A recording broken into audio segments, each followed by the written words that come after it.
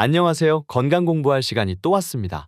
대한당뇨병학회가 발표한 자료에 따르면 2020년 우리나라 30세 이상 당뇨병 환자는 약 600만 명이었다고 합니다. 이는 당뇨병학회가 2012년에 예측한 2050년의 환자 수 591만 명을 30년 앞서 추월한 것으로 2010년 당뇨병 환자 수가 312만 명임을 감안했을 때 10년 새 2배 가까이 늘어난 셈인데요. 또한 초고령 사회를 목전에 둔 상황에서 전체 당뇨병 환자 중 65세 이상 비율이 39.2%로 높고 특히 65세 이상 여성의 경우 51.2%가 당뇨병을 앓고 있어 노인 당뇨병 관리 중요성이 날이 갈수록 커지고 있습니다. 당뇨병으로 인한 진료비도 너무 부담됩니다. 질병관리청 통계에 따르면 당뇨병 진료비는 2015년 약 1조 8천억 원에서 2020년 약 2조 9천억 원으로 5년 새 60% 이상 증가했다고 합니다. 어마어마하죠? 이토록 당뇨 환자가 많아진 이유 중 하나는 우리가 살아가는 생활 환경이 나쁜 습관과 행동을 하기 쉬운 환경으로 변했기 때문인데요. 더 이상 당뇨는 특별한 병이 아니기 때문에 당뇨가 있더라도 좌절하실 필요 없지만 나쁜 습관을 고쳐야 당뇨에서 해방되실 수 있습니다.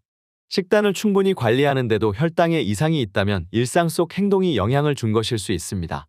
오늘은 흔하지만 의외로 잘 모르는 당뇨를 유발하는 습관 4가지에 대해 알아보겠습니다. 알아보기 앞서서 건강 공부에 큰 힘이 되는 구독과 좋아요 부탁드립니다. 당뇨를 유발하는 습관 첫 번째는 양치질을 거르는 습관입니다. 놀랍게도 양치질을 자주 거르면 당뇨에 걸릴 위험이 높아진다고 하는데요. 양치질과 당뇨가 과연 무슨 관련이 있을까요? 유럽 당뇨병 연구학회 국제학술지로 발표된 연구에서 치주질환이 있는 집단과 치아 손실이 많은 집단에서 당뇨 발생 위험이 높은 것으로 밝혀졌습니다. 반면에 하루 3번 양치질을 하는 경우 당뇨 발생 위험도가 8% 감소한 것으로 나타났습니다. 이 연구를 통해 양치질을 하는 습관이 당뇨를 예방할 수 있다는 가능성을 제시한 사례로 전 세계의 주목을 받았습니다. 그렇다면 왜 이런 결과가 나타났을까요? 그 이유는 바로 치주 질환과 구강위생 상태가 좋지 않으면 입안의 상처를 통해 균이 들어가는 균열증과 전신염증 반응을 일으킬 수 있는데요. 이러한 증상들은 당뇨병의 발병 원인이 되기 때문입니다. 그렇다면 양치를 못할 때 구강청결제로 관리하는 것은 어떨까요? 놀랍게도 구강청결제를 과하게 사용하면 오히려 당뇨병 위험이 증가한다고 합니다. 미국 하버드 공중보건대 연구팀은 40세에서 65세 과체중 성인 1,200여 명을 대상으로 3년에 걸쳐 구강청결제와 당뇨병의 관련성을 조사해 발표했습니다. 연구 분석 결과 구강청결제 사용자에서 고혈당 문제가 발생했는데요. 특히 매일 2회 이상 사용자에서 당뇨병 위험이 55% 증가했다고 합니다. 왜 그런지 원인을 살펴보겠습니다. 입속에는 체내에서 산화질소의 생성을 도와 세포들이 인슐린 분비와 대사 활동을 조절하게 하는 중요한 기능을 하는 유익균들이 살고 있습니다. 그런데 구강청결제로 인해 구강 내 유익균이 파괴되어 혈당 대사를 변화시키고 당뇨병을 촉진시킬 수 있기 때문에 연구 결과가 저렇게 나타난 것이죠. 연구진은 구강청결제 사용을 하루 1번 이하로 제한하는 것이 바람직하다고 강조하였는데요. 당뇨가 걱정된다면 반드시 구강청결제보단 양치질을 통해서 치아와 잇몸을 관리하는 것을 추천드립니다. 당뇨를 유발하는 습관 두 번째는 불을 켜놓고 자는 습관입니다. 불 켜놓고 TV를 보다가 불 끄기는 귀찮고 해서 그대로 잠드신 적 있으신가요? 앞으로는 꼭 불을 끄고 주무시길 바랍니다. 우리 몸은 자는 동안 다양한 호르몬이 분비되고 많은 일들을 합니다. 수면이 방해를 받게 되면 교감신경계가 흥분하게 되는데요. 이로 인해서 인슐린 저항성은 높아지고 호르몬 분비는 줄어들게 됩니다. 이렇게 지속적으로 호르몬 분비가 줄어들면 몸 전체의 컨디션이 매우 악화되어서 당뇨를 유발하게 됩니다. 연구팀은 사람을 두 집단으로 나눠 어두운 방과 희미한 불빛이 있는 방에서 8시간씩 자게 했습니다. 그리고 다음 날 아침 이들의 혈당 수치와 눈동자 움직임, 근육 활동 등을 기록했는데요. 그 결과 희미한 불빛이 있는 방에서 잔 사람은 인슐린이 제 기능을 못하는 인슐린 저항성이 크게 증가한 것을 발견했습니다. 이는 바로 우리 몸을 안정시키고 이완시키며 혈당 조절에 영향을 미치는 멜라토닌 호르몬 분비가 빛에 노출되면서 억제되어 호르몬이 부족해졌기 때문인데요.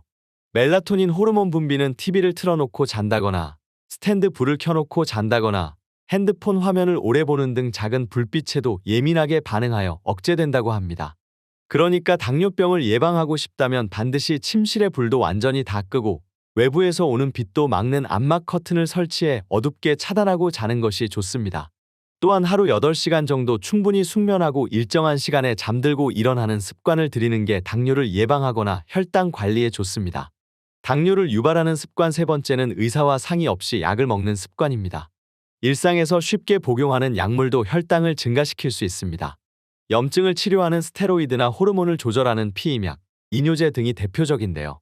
약물로 인해 인슐린 분비가 감소되거나 인슐린 저항성이 증가되는 경우가 있고 인슐린을 생산하는 췌장 세포에 직접적인 손상을 주기도 합니다. 또한 렙틴이라는 식욕억제 호르몬이 있는데 이 호르몬 분비를 막아 체중이 증가되면서 혈당을 상승시키기도 합니다. 하지만 혈당 상승 부작용 때문에 앞에서 말한 약물들을 무조건 피하는 행동은 바람직한 방법이 아니라고 하는데요. 기존 질환으로 인해 꼭 필요한 약은 그대로 쓰되 혈당 상승이 불규칙하게 증가 또는 감소할 수 있기 때문에 지속적으로 약을 섭취하시거나 신규로 드시게 되신다면 혈당을 주기적으로 체크하여 관리해 주셔야 합니다. 만성질환 같은 경우 병원에서 1에서 2개월치만 처방해 주고 병원에 오라고 하는 이유가 바로 이러한 이유 때문입니다. 따라서 당 수치가 높은 사람은 약을 복용하기 전 의사와 충분한 상담을 진행해 주시고 정기적으로 검사를 받는 것이 중요합니다.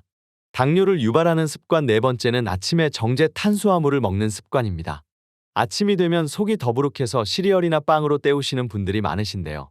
당뇨를 유발할 수 있는 음식이니까 앞으로 절대로 삼가하셔야 합니다. 아침에는 수면으로 오랫동안 공복을 유지해 혈당이 낮은 상태입니다. 이때 혈당 지수가 높은 음식을 갑자기 섭취하면 혈당이 급격히 올라가게 됩니다.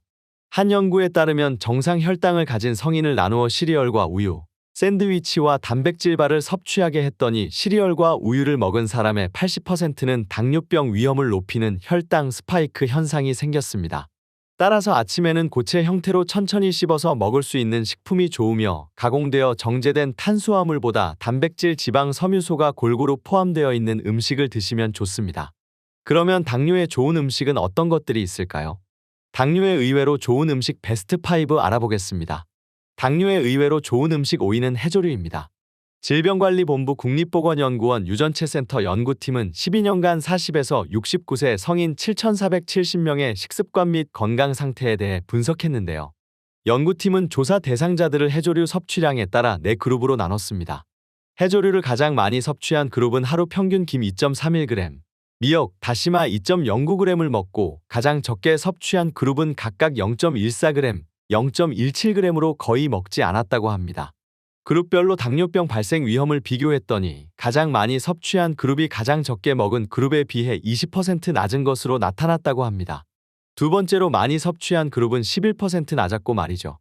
연구를 주도한 전문가는 해조류 속 식이섬유는 당이 몸에 천천히 흡수되도록 해서 공복 혈당이나 식후 혈당을 떨어뜨리는 효과가 있다고 밝혔고 해조류에 든 폴리페놀 같은 항산화 물질도 활성산소로 인해 세포가 손상되는 것을 막아서 당뇨병을 예방하고 관리하는 데 도움을 줬을 것이라고 말했습니다. 또한 해조류는 대표적으로 혈당지수가 낮은 식품으로도 알려져 있는데요. 혈당지수가 낮으면 음식을 먹어도 혈당이 서서히 올라가기 때문에 인슐린 분비를 적게 한다고 합니다. 다만 해조류를 지나치게 많이 먹으면 요오드 섭취량이 많아지고 갑상선 질환 위험이 높아지므로 적정 섭취량을 지켜야 한다고 합니다. 당뇨에 좋은 음식 4위는 견과류입니다. 견과류는 탄수화물 함량이 적고 단백질, 지방, 섬유질이 풍부한 완전식품으로 알려져 있습니다. 혈당을 천천히 올리고 포만감을 주기 때문에 당뇨에 좋습니다. 견과류 속 지방은 건강한 지방인 불포화지방산으로 동맥경화를 유발하는 LDL 콜레스테롤 수치를 낮추고 HDL 콜레스테롤 수치를 높여주는 효능을 가지고 있습니다. HDL 콜레스테롤은 혈중 중성지방을 배출해 혈관을 청소하고 혈액순환을 원활하게 합니다. 또한 견과류를 주기적으로 섭취하는 당뇨 환자는 그렇지 않은 당뇨 환자보다 심장질환 발병 위험이 낮습니다. 미국 하버드대 연구팀이 당뇨 환자 16,217명을 34년간 추적 관찰했는데요. 그 결과 일주일에 5회 이상 견과류 한 줌 정도의 견과류를 섭취한 당뇨 환자는 1회 이하로 섭취한 환자보다 심장질환 발병 위험이 17% 낮았습니다. 일주일에 한 번 견과류를 먹은 환자는 견과류를 전혀 안 먹은 환자보다 심장질환 발병 위험이 3% 낮고 그로 인한 사망률은 6% 낮았다고 합니다.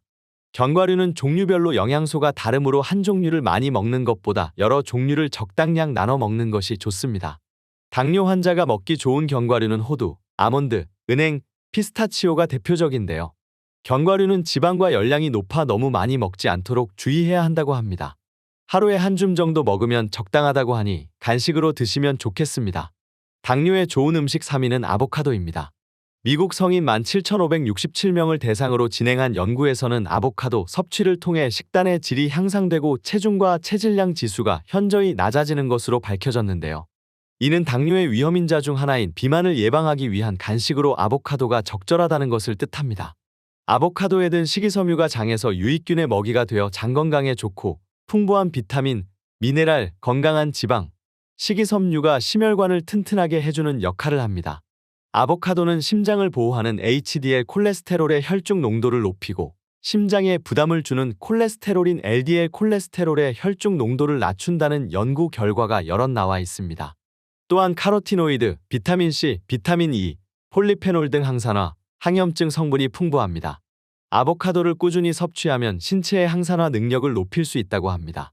45명을 대상으로 한 소규모 연구에선 아보카도를 매일 먹으면 카로티노이드의 일종인 루테인의 혈중 농도가 증가한다고 밝혔습니다. 아보카도에는 섬유질과 건강한 지방이 풍부하고 탄수화물이 적어 섭취 후 혈당이 높아질 것을 우려하지 않아도 되므로 샐러드, 스무디, 샌드위치 등으로 만들어 식사 사이에 섭취하면 아주 좋다고 합니다. 당뇨에 좋은 음식 2위는 계란입니다. 달걀은 건강에 도움되는 식재료 중 하나로 식간에 먹으면 포만감과 더불어 만족감을 주는 완전식품이죠. 정기적으로 계란을 섭취하면 심장질환 위험과 염증 수치를 줄이고 인슐린 민감성을 개선할 뿐만 아니라 좋은 콜레스테롤 수치를 높인다고 합니다. 또한 최근 진행된 연구에 따르면 아침에 탄수화물을 제한하고 계란을 먹으면 하루 종일 혈당 수치를 유지하는 데 도움이 된다고 합니다. 미국의 한 연구팀의 연구 결과에 따르면 샐러드를 먹을 때 삶은 달걀 한두 개를 함께 먹으면 항산화 성분인 카로티노이드의 흡수율이 높아지고 달걀이 많이 든 샐러드를 먹은 참가자일수록 베타카로틴, 알파카로틴, 리코펜, 루테인, 제아잔틴을 포함한 카로티노이드 계열의 영양 성분 흡수율이 높았다고 밝혔습니다. 연구팀의 교수는 달걀을 함께 먹는 것만으로도 카로티노이드의 체내 흡수율이 증가하며 최소한 500%는 증가하는 결과를 보였다라고 전했습니다. 또한 채소와 계란을 함께 먹으면 항산화 성분의 흡수율이 높아진다는 연구가 발표되기도 했습니다. 당뇨에 좋은 음식 1위는 닭고기입니다. 닭고기에는 단백질이 풍부하여 인슐린 호르몬의 좋은 원료가 되면서도 지방은 적어 포만감을 주고 체중 관리에 효과적입니다. 소고기, 돼지고기보다 지방은 적고 단백질, 불포화지방산이 많아 안심하고 드셔도 좋습니다. 닭고기 속 아르기닌이라는 성분은 포도당 대사와 식욕 억제에 중요한 역할을 하는 호르몬의 분비를 증가시켜 식후 혈당 상승 억제에 도움을 줍니다. 조선시대 편찬된 식료찬요에는 당뇨 환자에게 닭고기를 삶아 국이나 죽으로 처방하라고 적혀 있습니다.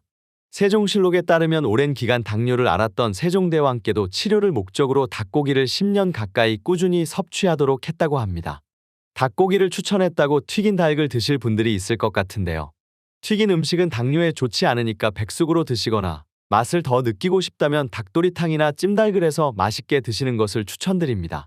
오늘은 당뇨 환자 대부분이 모르는 설탕보다 위험한 습관 4가지와 당뇨에 의외로 좋은 음식 5가지를 알아보았습니다. 올바른 습관 만드셔서 당뇨 예방에 도움이 되셨으면 좋겠습니다.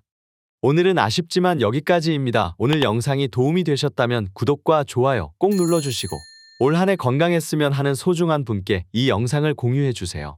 저는 더욱 유익한 영상으로 다시 찾아뵙겠습니다. 감사합니다. 건강하세요.